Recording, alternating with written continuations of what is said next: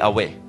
ದೇವರು ಆ ಒಂದು ಮಣ್ಣನ್ನ ಅವರು ಬಿಸಾಕ್ಲಿಲ್ಲ. He didn't abandon them. He didn't leave them alone. ಅವ್ರನ್ನ ಒಂಟಿಗೆ ದೇವರು ಬಿಡ್ಲಿಲ್ಲ. He didn't throw them. ಅವ್ರನ್ನ ಬಿಸಾಕ್ಲಿಲ್ಲ. He didn't reject. ಅವ್ರನ್ನ ತಿರಸ್ಕಾರ ಮಾಡ್ಲಿಲ್ಲ. When we had a bad past, ನಮಗೆ ಹಿಂದಿನ ಜೀವನದಲ್ಲಿ ಕೆಟ್ಟ ಸಂಗತಿ ನಡೆದಿರುವಾಗ, when we were sinful, ನಾವು ಪಾಪದಲ್ಲಿದ್ದಾಗ, God didn't say you are useless. ದೇವರು ನಮ್ಮನ್ನು ನೋಡಿ ನೀನು ಪ್ರಯೋಜನಕ್ಕೆ ಇಲ್ಲ ಅಂತ ಹೇಳಲಿಲ್ಲ. God didn't throw us. ದೇವರು ನಮ್ಮನ್ನ ಬಿಸಾಕ್ಲಿಲ್ಲ. But He broke us.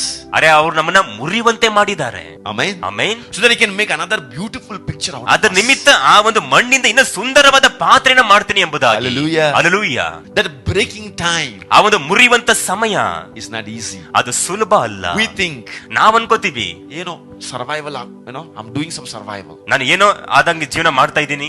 No. ಇಲ್ಲ. That pain, ಆ ನೋವು, the situations you face, ನೀವು ಎದುರುಗೊಳ್ಳುವಂತ ಪರಿಸ್ಥಿತಿಗಳು, they are in the hands of God. ಅವೆಲ್ಲವೂ ದೇವರ ಕೈಯಲ್ಲಿ. Look at the location. God said, ದೇವರು ಹೇಳಿದಂತ ಸ್ಥಳ ನೀವು ನೋಡ್ರಿ. the location, He said, I did not throw them. ನಾನು ಅವ್ರನ್ನ ಬಿಸಾಕ್ಲಿಲ್ಲ.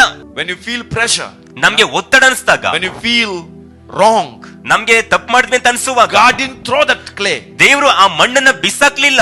He kept in that hands. ಆ ಒಂದು ಕೈಯಲ್ಲಿ ಅದನ್ನ ಇಟ್ಕೋತಾರೆ. And reshaping again. ಮತ್ತೆ ಅದಕ್ಕೆ ಒಂದು ಒಳ್ಳೆ ರೂಪ ಬರುವಂತೆ ದೇವರು ಮಾಡ್ತಾರೆ.